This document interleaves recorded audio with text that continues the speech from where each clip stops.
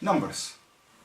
So in the first place I want to talk about the blueprint of sound, light, energy, water as carrier principles with a memory to transfer bioenergetically information contents of something healing or something which can make you sick to deliver to the body. But those 3, 6 and 9 just came to me. And I have no other words than this because I was supposed to write about it, I didn't know it. Every time I saw a book there were numbers which added up to 3, 6 or 9. And I didn't even realize, I didn't know that I was adding them up to find out that they ended up in 3, 6 or 9. So I thought, why am I doing this? And then I got to the work of Len Horowitz, and he talked about a multidimensional number matrix, and it resonated through my whole body at the same time because first I saw it in the work of John Keely, who was like Nikola Tesla around the 80s, but then with sound. He could even levitate huge heavy objects by attaching a wire to the objects and making harmonic chords and levitating the object.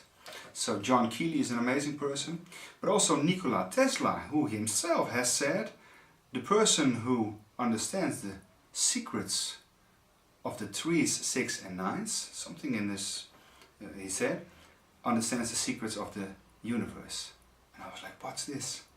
I knew about Nikola Tesla and of course free energy and anti-gravity, and I'm talking about him in my book Science Fiction, about the relationship between free energy and anti-gravity, which is real, not only probably ET based technology but also human based technology, which is kept very secret.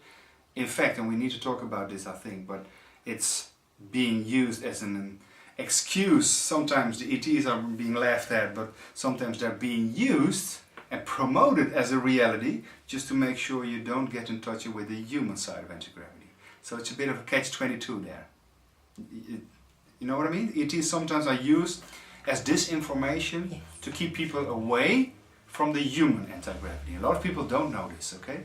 Like Werner von Braun on his deathbed, the Nazi Werner von Braun, who in secret wasn't led to the Nuremberg trials, but to the Vatican, the Red Race as they call it, to America, and even started up the NASA space program. I mean, we're talking about a famous genocide guy, a Nazi SS guy, and he was being led to America in secrecy and just could start up the NASA space program, who has a very occult Nazi kind of background. But the crazy thing is that this red line led to important achievements in space stuff, but they needed to have this ET stuff implemented to have a scapegoat to make sure that you don't reach the human side of anti-gravity. Because Werner von Braun said on his deathbed that they will use, talking about false flag events, this kind of thing for war, terrorism for a kind of thing of war, like 9/11 was the next stage. And the last stage, he said, they would, I believe Caroline Roslin, it's one of the testimonies in Stephen Greer's Disclosure book. The last resort they would use was like a Star Wars kind of invasion from ETs, okay? They need to unify everybody. To weaponize space program and everything, while probably the ETs are more benevolent than the governments trying to achieve this.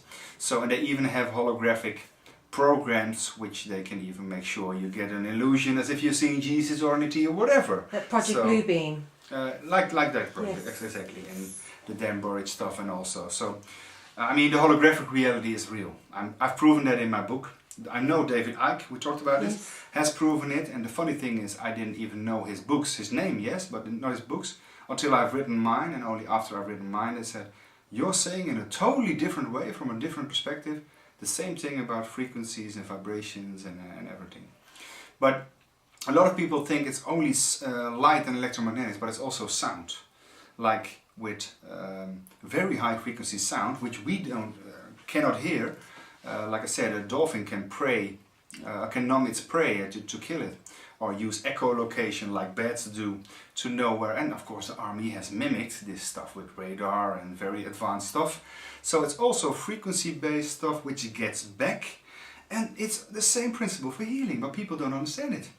I believe they call it time-reversed acoustics.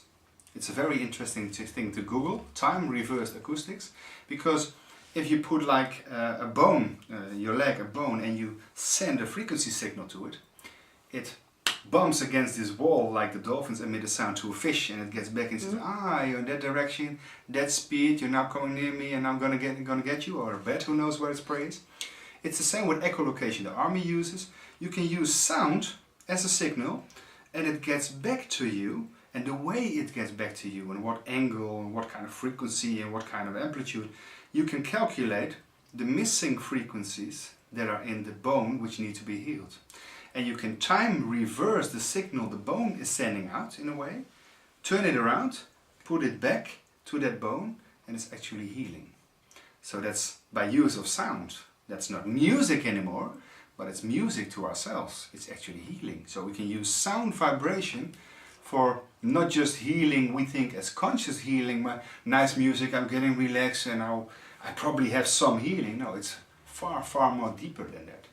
So we can also get rid of kidney stones, with very high ultrasounds. So we can, here again, we can create with sound, we can heal with sound, or we can destroy and kill with sound. Because you can also use very high frequency or especially low frequency sounds, which entrain your bodily systems to reactions you want it to achieve.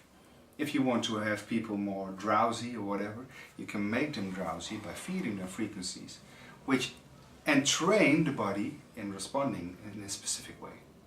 So once again, you can heal or harm with sound.